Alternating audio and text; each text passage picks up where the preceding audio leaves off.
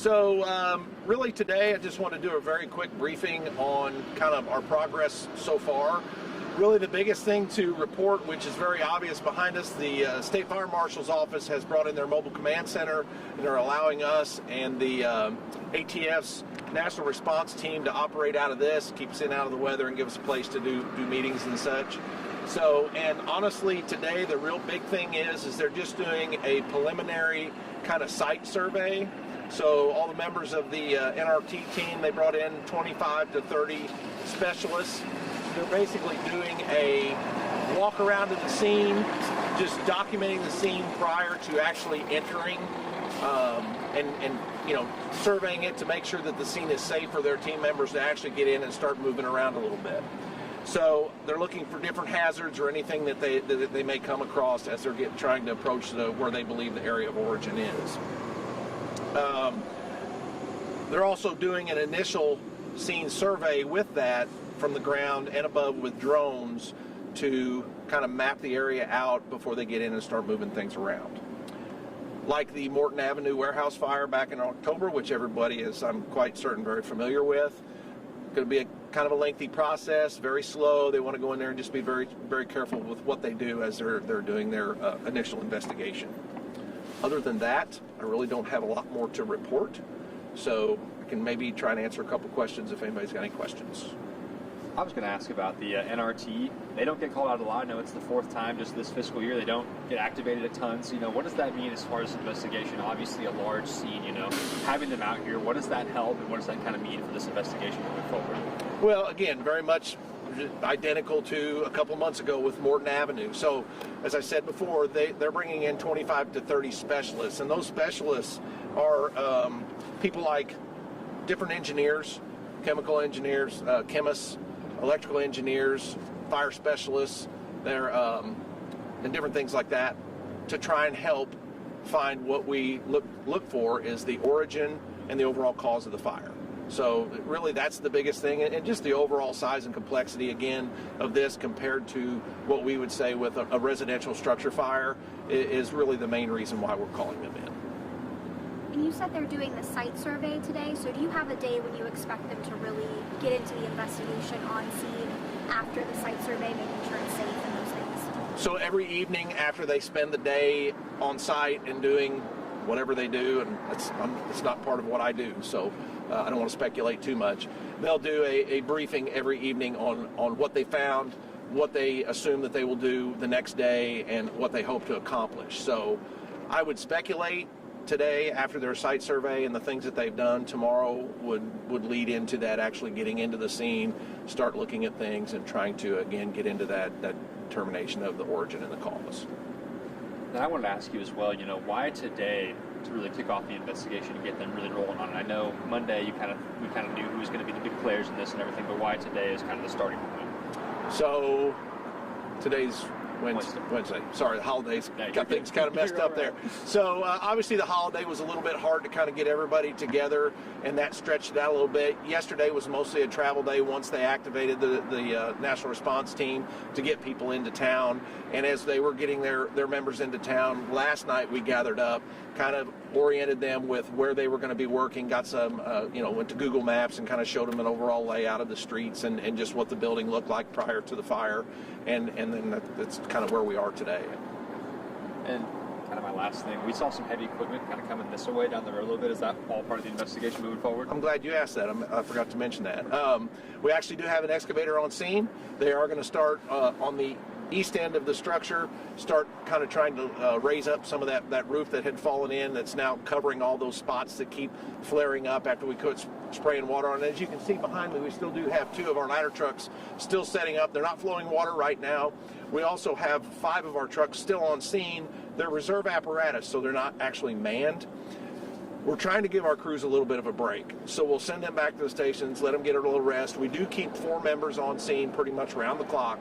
So if things do flare up, they can go ahead and get some water flowing through those trucks that are already sitting there, make it very quick. And hopefully if they can go ahead and get those hot spots darkened down, it's not a big deal. But if things were to start flaring up a little bit more, it would be very easy for them to get on the radio, call for another truck to assist or do whatever they need to do. But I'm feeling pretty confident that the fires are very much out, except again, go back to Morton Avenue. If you guys review those tapes, they start picking up some of those big pieces of roofing material that are covering the what's underneath of it. Gets a little oxygen to it, it flares up, but our guys will be right there and they'll get some water on and get it all put out. And I thought it was interesting before you had mentioned, the roof and the walls collapse and they do what they're supposed to do, which is keep water out, which is why knocking down those hot spots takes so long. Right. I know you said it can kind of happen. Are you expecting, I know you're kind of prepared to have those hot spots flare up once they start digging things up? Oh, there's no question. I have absolutely no doubt that excavator starts moving things around. You're going to start seeing a little bit more smoke in the area. But again, our crews are right here. The hoses are laid out already. The trucks just aren't running. We're trying to conserve a little bit.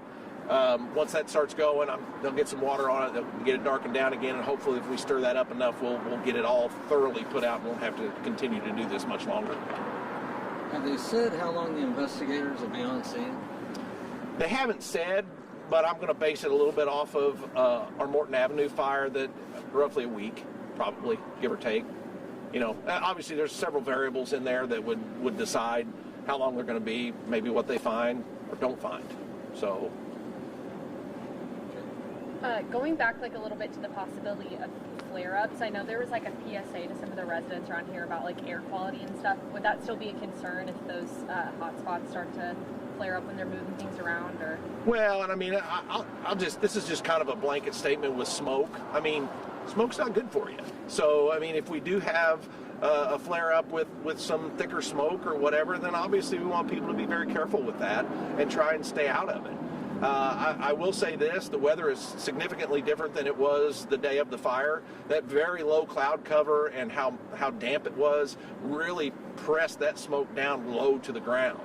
So it's a little breezier today, a little higher cloud bank. I don't think it's going to be quite as big of an issue. Plus, the little flare-ups aren't going to be near what we had Saturday or Sunday, whatever day that was. Yeah. And with the excavator, I know you mentioned they'd start doing work. Do you have when that will begin as far as lifting maybe those big pieces? If we stay here long enough, you might see them back there working. I know they just brought it in and pulled it to the back. I think they've got to hook the little claw onto it, and you probably start seeing it here at least for an hour or so if we can get it going. Yeah. 2 warehouse fires so close, and we haven't had one in forever. Is there anything connecting these 2 warehouse fires at all? They were big buildings. That's it. Who knows? We're still kind of waiting to get all the information off the Morton Avenue fire all gathered up. I know they're still kind of working on that, and we're here doing this one. So other than that, I really have no speculation on either one of them, other than coincidence. But other than that, your guess is as good as mine.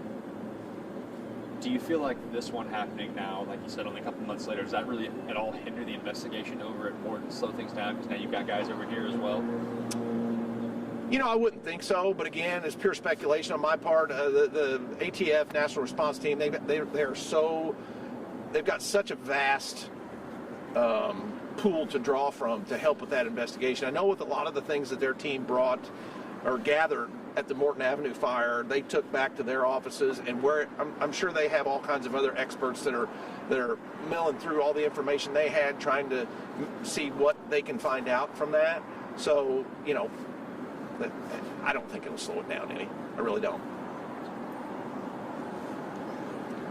My only other thing would just be, I know, warehouses can kind of hold all kinds of different stuff, and every time something like this happens, you hear rumors about what was inside. Do you have any idea on what was creating such dark smoke and kind of the aroma around here? It's been kind of sour smelling since it happened on Saturday. Sure. The only thing that I know for a fact that was in there, and this is based off of what I personally dealt with, was they did have some plastic pellets that I'm not even sure what company was doing that. Again, this is all still part of what they're doing right now. Is they had some trailers full of plastic pellets down on the southeast end of the building. So I'm quite certain that was some of what was in there. Other than that, I'm not 100% sure. When I get some of that information, I'll definitely be sure to share that with you guys.